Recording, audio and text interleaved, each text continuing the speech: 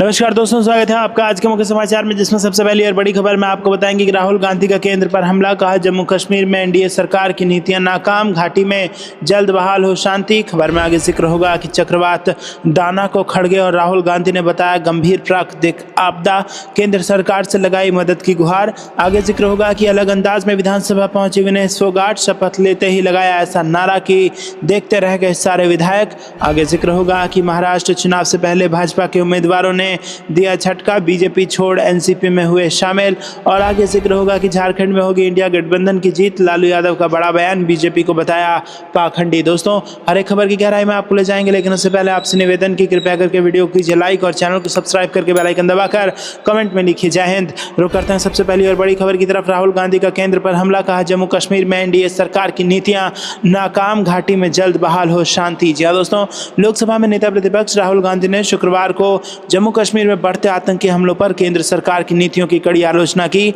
उन्होंने social media पर post में कहा कि एनडीए सरकार की नीतियां कश्मीर में शांति और सुरक्षा लाने में पूरी तरह से विफल रही हैं।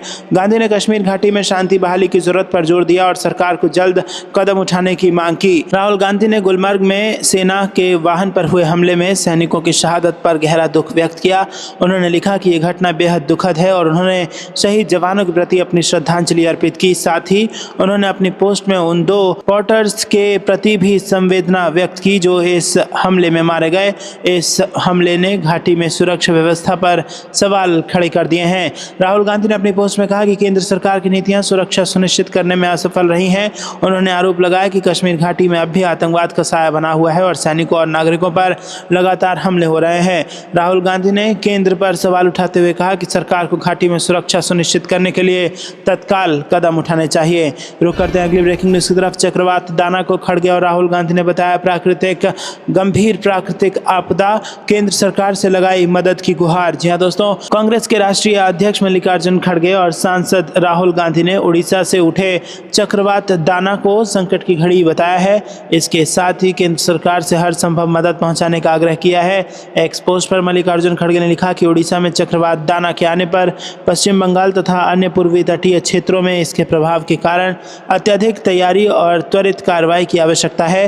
केंद्र सरकार को प्रभावित राज्यों को व्यापक सहायता प्रदान करनी चाहिए तथा जन सुरक्षा सुनिश्चित करने के लिए सभी आवश्यक निवारक और आपातकालीन उपाय करने चाहिए। मैं सभी कांग्रेस कार्यकर्ताओं से अपील करता हूं कि वो जरूरतमंद लोगों की सहायता करें। लोकसभा में नेता प्रतिपक्ष राहुल गांधी ने सोशल मीडिया साइट फेसबुक पर कही कि लंबे पोस्ट में दाना को लेकर फिक्र, केंद्र से अपेक्षा और कांग्रेस कार्यकर्ताओं से मदद की अपील की थी।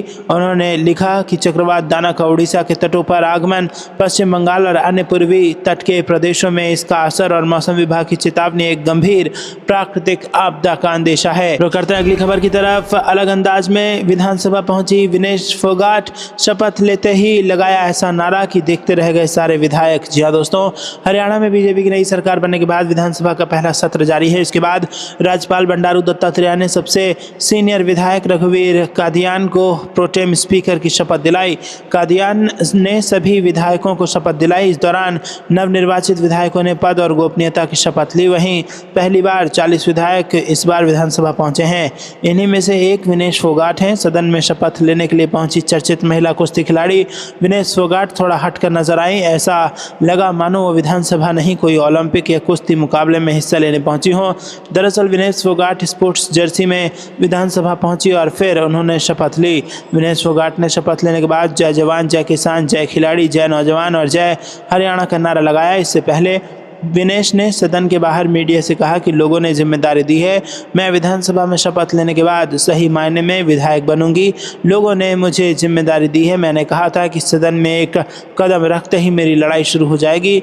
लोगों ने लड़ाई लड़ी है, अब मेरा कर्तव्य है कि मैं विधानसभा में 5 साल तक उनके लिए लड़ूं। लोगों ने मुझे बहुत बड़ी जिम्मेदारी दी है। चुनाव में भी मैंने कहा था कि जब भी विधानसभा में मेरी एंट्री होगी उस दिन मेरी लड़ाई शुरू हो जाएगी। रुक करते हैं अगली ब्रेकिंग न्यूज़ की तरफ। महाराष्ट्र चुनाव से पहले भाजपा के उम्मीदवारों ने दिया झटका, बीजेपी छोड़ एनसीपी में हुए शामिल। जी हां दोस्तों, महाराष्ट्र विधानसभा चुनाव से पहले भाजपा के 2 उम्मीदवार पार्टी छोड़कर एनसीपी में शामिल हो गए। ये फैसला भाजपा के लिए एक झटका साबित हो सकता है। शुक्रवार को भाजपा नेता निशिकांत भोसले पाटिल और भाजपा के पूर्व सांसद संजय काका पाटिल ने महाराष्ट्र के आगामी चुनावों से पहले भाजपा को छोड़ दी और उप मुख्यमंत्री अजित पवार की मौजूदगी में एनसीपी में शामिल हो गए। बताया जा रहा है कि संजय काका पाटिल और निशिकांत भोसले ने अपने एबी फॉर्म प्राप्त कर लिए हैं और यहां पर महाराष्ट्र चुनाव 2024 में अब वो एनसीपी के आधिकारिक उम्मीदवार हैं। रुख करते हैं अगली ब्रेकिंग न्यूज़ की तरफ, जहां पर आपको बता दें कि झारखंड में होगी इंडिया गठबंधन की जीत। लालू यादव का बड़ा बयान, बीजेपी को बताया पाखंडी। जी हां दोस्तों, बिहार के पूर्व मुख्यमंत्री और राज्य सुप्रीमो लालू प्रसाद यादव ने झारखंड विधानसभा चुनाव को लेकर बड़ा बयान दिया है। उन्होंने कहा कि झारखंड में इंडिया गठबंधन की जीत होगी। लालू यादव ने कहा कि उन्हें उम्मीद है कि उनकी पार्टी चुनाव में जीत हासिल करेगी। यादव ने कहा कि पार्टी चुनाव प्रचार में भी भाग लेगी। बीजेपी सांसदों द्वारा दिए गए भड़काऊ बयानों पर प्रतिक्रिया देते हुए लालू प्रसाद ने सवाल उठाया कि क्या ये लोग वास्तव में हिंदू हैं या सिर्फ पाखंडी हैं। उन्होंने नीतीश कुमार की चुप्पी पर भी सवाल उठाते हुए कहा कि मुख्यमंत्री क्यों चुप हैं जबकि बीजेपी के सांसद भड़काऊ बयान दे रहे हैं। लालू प्रसाद यादव के इस बयान से झारखंड के राजनीतिक माहौल में हलचल मच गई है और उन्होंने अपने समर्थकों को आगामी चुनाव में सक्रिय भूमिका निभाने की अपील की है। रुख करते हैं अगली ब्रेकिंग न्यूज़ की तरफ। 2027 के चुनाव में भी तेज प्रताप के पक्ष में मैनपुरी में बोले अखिलेश यादव, कहा सिर्फ हवा बनाती है भाजपा। जी हां दोस्तों, समाजवादी पार्टी के प्रमुख और सांसद अखिलेश यादव ने भाजपा पर लोकसभा चुनाव के परिणाम को लेकर तंज कसा और कहा कि भाजपा के लोग सिर्फ हवा बनाते हैं। लोकसभा चुनाव में भी हवा बनाई लेकिन वो सफल नहीं हुए। उन्होंने कहा कि करहल की जनता सिर्फ इस चुनाव में नहीं बल्कि 2027 के चुनाव में भी तेज प्रताप जी के पक्ष में ही है। समाजवादी पार्टी के पक्ष में ऐतिहासिक परिणाम आएगा। भाजपा की ऐतिहासिक हार होगी। जिस सरकार ने कोई व्यवस्था नहीं की उससे आप क्या उम्मीद करते हैं। करहल विधानसभा सीट के उपचुनाव की बिसात को भाजपा के दावे ने दिलचस्प बना दिया है। भाजपा ने बुधवार को अनुजेश यादव को प्रत्याशी घोषित कर दिया। अनुजेश यादव सपा सांसद धर्मेंद्र यादव की बहन संध्या यादव के पति हैं। रुख करते हैं अगली ब्रेकिंग न्यूज़ की तरफ। लालू यादव को भारत रत्न देने की मांग, राजधानी में लगे ऐसे पोस्टर, इस दिग्गज नेता ने उठाई ये मांग। जी हां दोस्तों, रतन टाटा के निधन के बाद उनको भारत रत्न देने की मांग उठी थी लेकिन अब आरजेडी प्रमुख लालू यादव को भारत रत्न देने की मांग उठने लगी है। ये मांग और किसी ने नहीं बल्कि उनकी ही पार्टी के नेता ने उठाई है। पटना में पोस्टर लगाकर लालू यादव को भारत रत्न देने की मांग की गई है। आरजेडी कार्यालय के बाहर और पटना के चौक चौराहों पर पोस्टर लगाकर ये मांग की गई है। पोस्टर में लिखा गया है कि सामाजिक न्याय के नेता और बिहार के आवाज पूर्व मुख्यमंत्री लालू प्रसाद यादव को भारत रत्न से सम्मानित किया जाए। बता दें कि लालू यादव का भारत रत्न देने की मांग आरजेडी अनुसूचित जाति के प्रदेश सचिव रंजीत रजक ने उठाई है।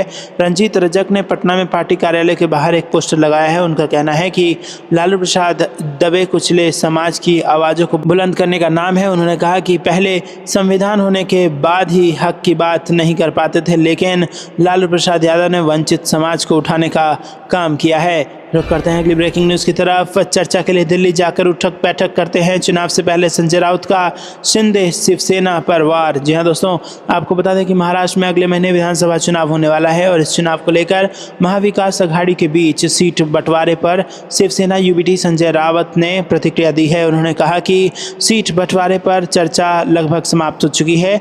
इसके साथ ही उन्होंने बताया कि गठबंधन में छोटी पार्टियों के साथ भी चर्चा की जाएगी। शिवसेना यूबीटी नेता ने महाराष्ट्र के मुख्यमंत्री एकनाथ शिंदे पर भी निशाना साधा। उन्होंने शिंदे की शिवसेना को नकली बताया। उन्होंने तंज कसते हुए कहा कि शिवसेना चर्चा के लिए दिल्ली जाती है और वहां उठक बैठक करती है। संजय राउत ने कहा कि एकनाथ शिंदे के पास जो शिवसेना है उसकी कमान दिल्ली में अमित शाह के पास है। बाला साहेब ठाकरे की जो शिवसेना हमारे पास है उन्हें कभी भी सीट बंटवारे के लिए दिल्ली जाने की ज़रूरत नहीं पड़ी।